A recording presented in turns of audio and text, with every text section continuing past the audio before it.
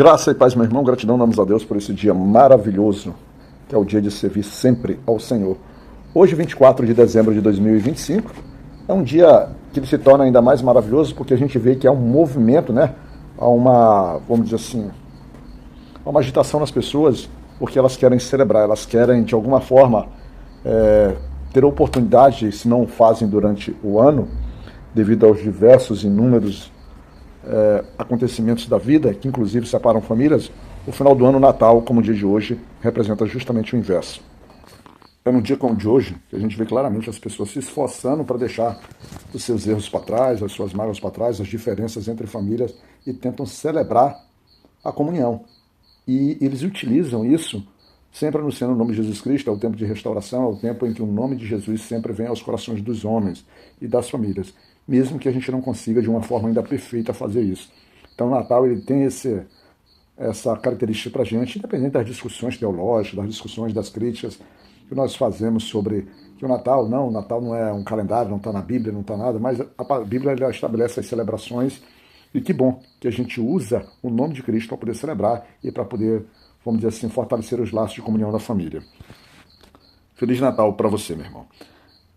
A gente hoje entra no capítulo 3 de Isaías, que não é muito diferente do capítulo 2. No capítulo 2 ali a gente viu que ia começar o preparatório, né, para o dia do Senhor, mais apocalíptico. Só que o capítulo 3 ele tem uma versão, ele tem uma, vamos dizer assim, um direcionamento um pouquinho diferente, porque ele é algo que está mais próximo do que mais distante. As visões apocalípticas elas estão no futuro, muitas vezes, que ainda não se realizaram. Mas aqui o capítulo 3 ele já é um pouquinho mais próximo, porque ele fala da queda de Judá, né, da queda tanto de Judá quanto do reino da Samaria, do reino de Israel. Nós temos então os dois reinos sendo anunciados, suas quedas. E Isaías vai continuar sobre isso. E ele já vai, começando do versículo 1 ao versículo 4, falando que há isso. E aí a gente vai pegar, na verdade, o versículo 10 e o versículo 11 para a gente poder dar o norte do porquê isso está acontecendo, ou porquê iria acontecer.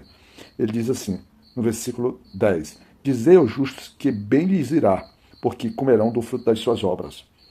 Ai do ímpio, mal lhe irá, porque a recompensa das suas mãos se lhe dará. Nós temos no 10 falando sobre o justo e no 11 falando sobre o ímpio. O que a gente consegue perceber logo de cara, não tem aquela relação de que nós colhemos o que plantamos, em relação exatamente sobre isso. Por quê?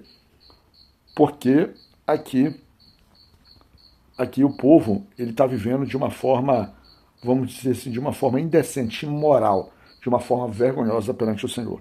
E logo no versículo 1 desse capítulo 3, o Senhor está logo no norte do que vai acontecer. Porque ele diz assim, porque eis que o Senhor Deus dos exércitos tirará de Jerusalém e de Judá o bordão e o cajado, todo o sustento de pão e toda a sede de água. Ele já começa dizendo assim, olha, eu que te sustento, acabou para vocês. Vocês agora passarão fome, passarão miséria, passarão sofrimento. Aquilo que estrutura essa fartura que vocês têm, pode esquecer. Porque o Senhor dos exércitos vai fazer isso. E vai fazer porque é resultado daquilo que está lá do 10 e do 11. Mas principalmente daquilo que o 11 estabelece. Porque o povo de Israel, o povo de Jerusalém e de Judá, eles vivem de forma que não agrada efetivamente o Senhor. E aí ele começa dizendo que no meio disso, todas aquelas pessoas que ocupam posições importantes, capacitadas, homens que tinham a possibilidade de fazer produzir as suas cidades, eles serão entregues como prisioneiros e crianças governariam sobre eles.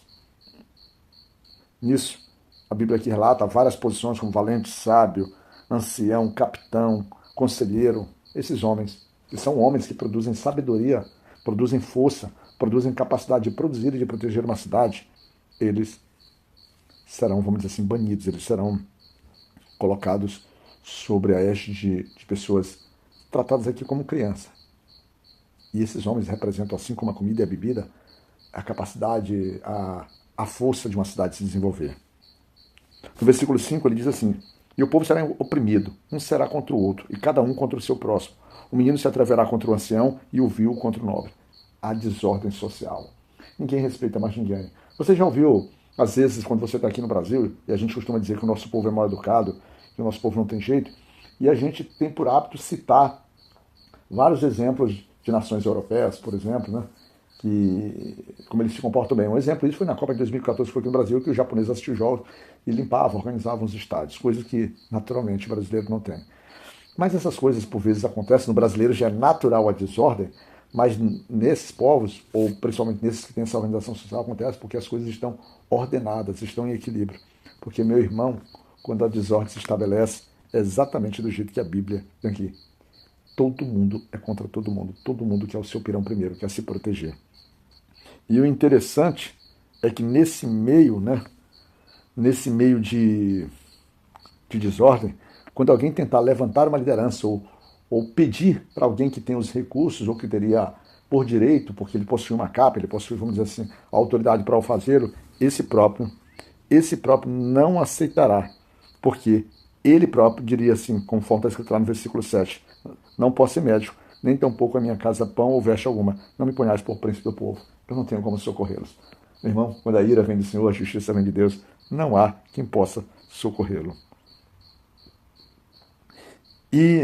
Mas tudo é muito claro, porque aqui tudo isso está sendo anunciado porque o povo de Jerusalém tropeçava. O povo de Jerusalém, ele manifestava suas obras agora completamente contra o Senhor.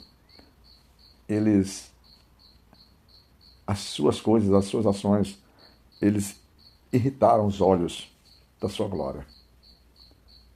Você já imaginou como é que está a tua vida sobre isso?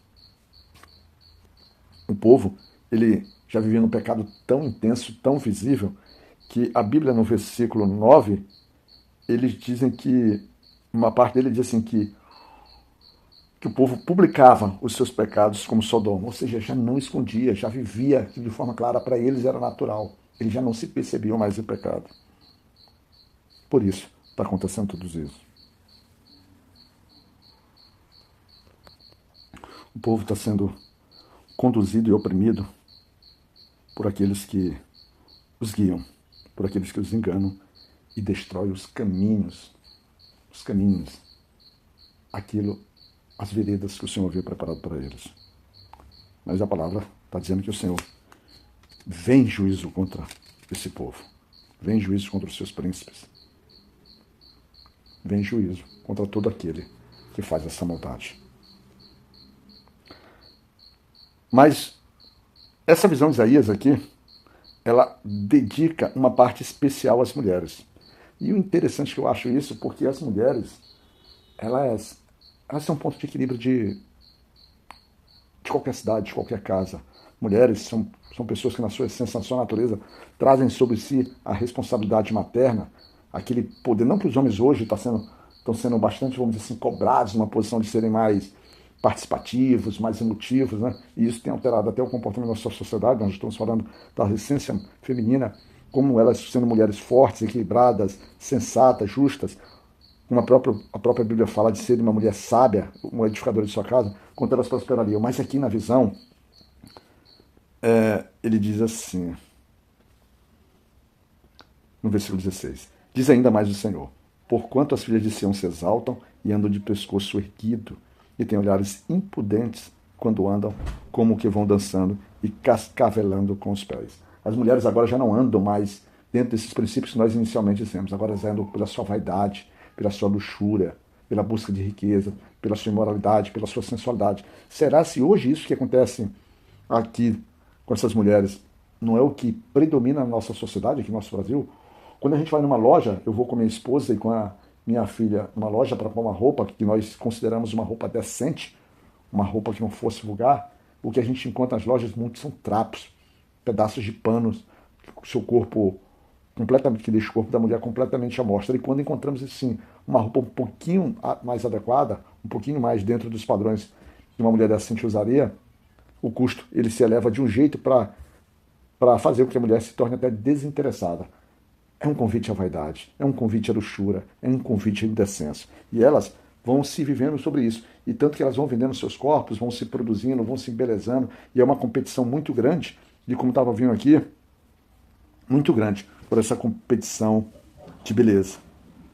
Ele vai falando aqui diversos acessórios. Ele vai dizendo que o Senhor porá descoberto a nudez dessas mulheres. E aí vai tirar cada acessório, vai fazer com que elas, talvez, elas andem como mendigas, como necessitadas. E no versículo 24, ele diz assim: e será que em lugar de cheiro suave haverá fedor, e por cinto uma corda, e em lugar de encrespadura de cabelos, calvície, e em lugar de veste larga, silício, e queimadura em lugar de formosura. Essas mulheres levarão a sua própria nação à desgraça, e elas próprias serão humilhadas, elas serão rejeitadas, e elas terão que suportar o seu próprio cheiro. Mas a desgraça, né? A anunciação, a dor, o sofrimento não se termina aí. Porque os varões, os homens que vão para as pelejas, tentando socorrer a sua cidade contra uma batalha que é uma batalha do próprio Senhor, eles cairão a espada. E por fim, no versículo 26, e as portas da cidade gemerão, e se carpirão, e ela se assentará no chão desolada, completamente desolada. Você já parou para pensar como você está conduzindo a sua vida, a sua casa? Será que você não está caminhando para algo que já está sendo anunciado, ou que foi anunciado aqui por essas profecias de Isaías? Irmãos, se nós somos a igreja do Senhor, se nós somos povo de Deus, e se nós nos levantamos contra o Senhor como esse povo se levantava contra o seu Criador, o povo, o Deus que formou o seu próprio povo, para a gente não será diferente do que está aqui. A gente precisa ajustar no caminho do Senhor e entender. Conforme está lá no versículo 10, dizei ao justo, que bem lhes irá, porque comerão do fruto das suas obras. Que a graça do Senhor, que o amor de Deus, que a sua misericórdia possa estar conosco. Que Deus nos cuide, meu irmão.